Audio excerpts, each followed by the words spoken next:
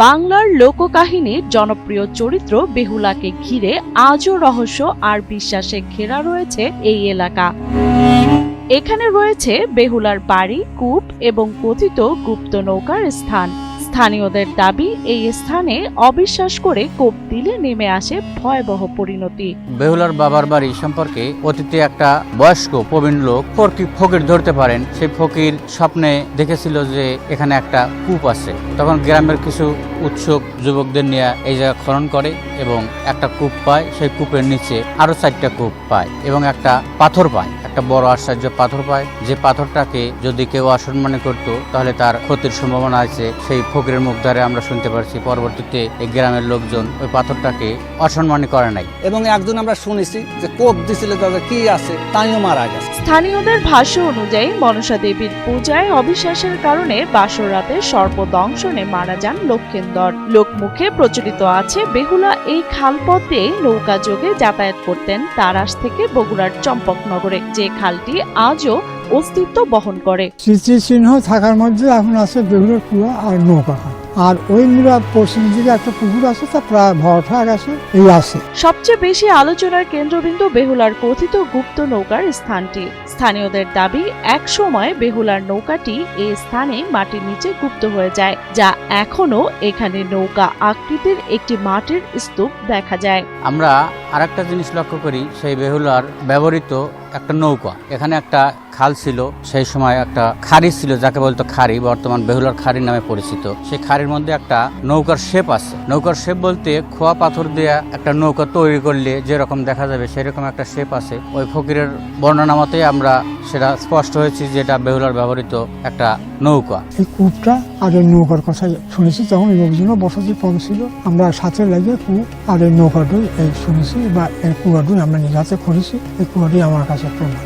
এলাকাবাসীর ভাষ্য, কেউ যদি এ বিষয়ে অবিশ্বাস করে নৌকার সন্ধানে এখানে কোপ দেয় তাহলে তার মৃত্যু ঘটে। স্থানীয়দের মতে এ পর্যন্ত অন্তত 3 জনের মৃত্যু হয়েছে এবং কয়েকজন নারী মানসিক ভারসাম্য হারিয়েছেন। তাহলে বেহুলার সখীর বাড়ি, এইটা নৌকা। বেহুলার স্বামীর বাড়ি বগুড়া মাঝখান। এই লাইন দিয়ে উনি যাইতো বগুড়া স্বামীর বাড়ি, আবার এই লাইন দিয়ে এটি আসতো শেষ সীমায়। আসিয়া এই শেষ সীমায় এসে নৌকাটা গুপ্ত হয়েছে এবং এইটা বাড়ি। নৌকার এইগুলা যে নৌকা আছে কি নাই, সত্যি কি মিথ্যা, এইগুলা যারা অবিশ্বাস করে এর প্রত্যেকজনের ক্ষতি হয়েছে। 3 জন মারা গেছে। বস্তুল স্কুলে পরীক্ষা দিবার যা হাওয়া খাওয়ার উদ্দেশ্যে গাছতলা যাওয়ার কারণে 18টা মেয়ে পাগল। তার জিনিসপত্র শুধু অসম্মানে অবিশ্বাসী করার কারণে এই কাহিনী। আসলে এটা সত্য ঘটনা, সত্য জিনিস। এখনো বিনসারা রয়ে গেছে। বিনসারা গ্রামে এক সময় ছিল 5টি কূপ, যা পঞ্চকূপ নামে বেশ পরিচিত।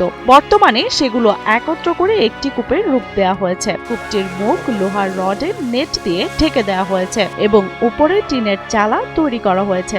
উত্তর সাইডের কূপ আছে, কূপটা হলো পঞ্চকুয়া। উপরে মুখ একটা, 20 ফুট নিচে মুখ আরো 4টা, পঞ্চকুয়া বলে। কিন্তু ওর ভিতরে একটা পাথর ছিল, পাথরটা এখন আর দেখা যাইতেছে না, ফাঁকি লিয়ে ছুঁয়ে দিলে আবার চলে আসতো। আর এই সাইডে আছে একটা দুধের পুষ্করণী। এই কূপের কয়েক গজ দূরেই মাটির নৌকা আকৃতির একটি স্থান। বেহুলার খাড়ি এখনো স্মৃতিচিহ্ন বহন করছে। কূপের অদূরে অবস্থিত বিনসারা সরকারি প্রাথমিক বিদ্যালয় ও বিনসারা উচ্চ বিদ্যালয়। এখনো অনেক দর্শনার্থী স্থানটিকে দেখতে আসেন। বহু দূর দূরান্ত থেকে লোক আসে এই জিনিসগুলি দেখার জন্য।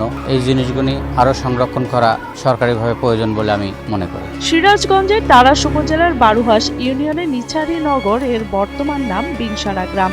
লোককথা অনুযায়ী এই গ্রামে কিংবদন্তি নারী বেহুলার জন্মস্থান। বেহুলার বাবা ছিলেন বাছুবানিয়া, যিনি মায়া সওদাগর নামে পরিচিত। বেহুলার বিয়ে হয় বগুড়ার মহাস্থানগড়ের চাঁদ সওদাগরের ছেলে লক্ষিন্দরের সঙ্গে। ঐতিহাসিক বেহুলার বাড়ি, যেটার পুরাতন নাম ছিল নিচানি নগর, বর্তমান নাম হলো বিনসারা। এখানে ছিল বেহুলার বাবার বাড়ি। বেহুলা বিয়ে হয় হলো উজানি নগর, যেটা বর্তমানে মহাস্থানগড় হিসেবে পরিচিত।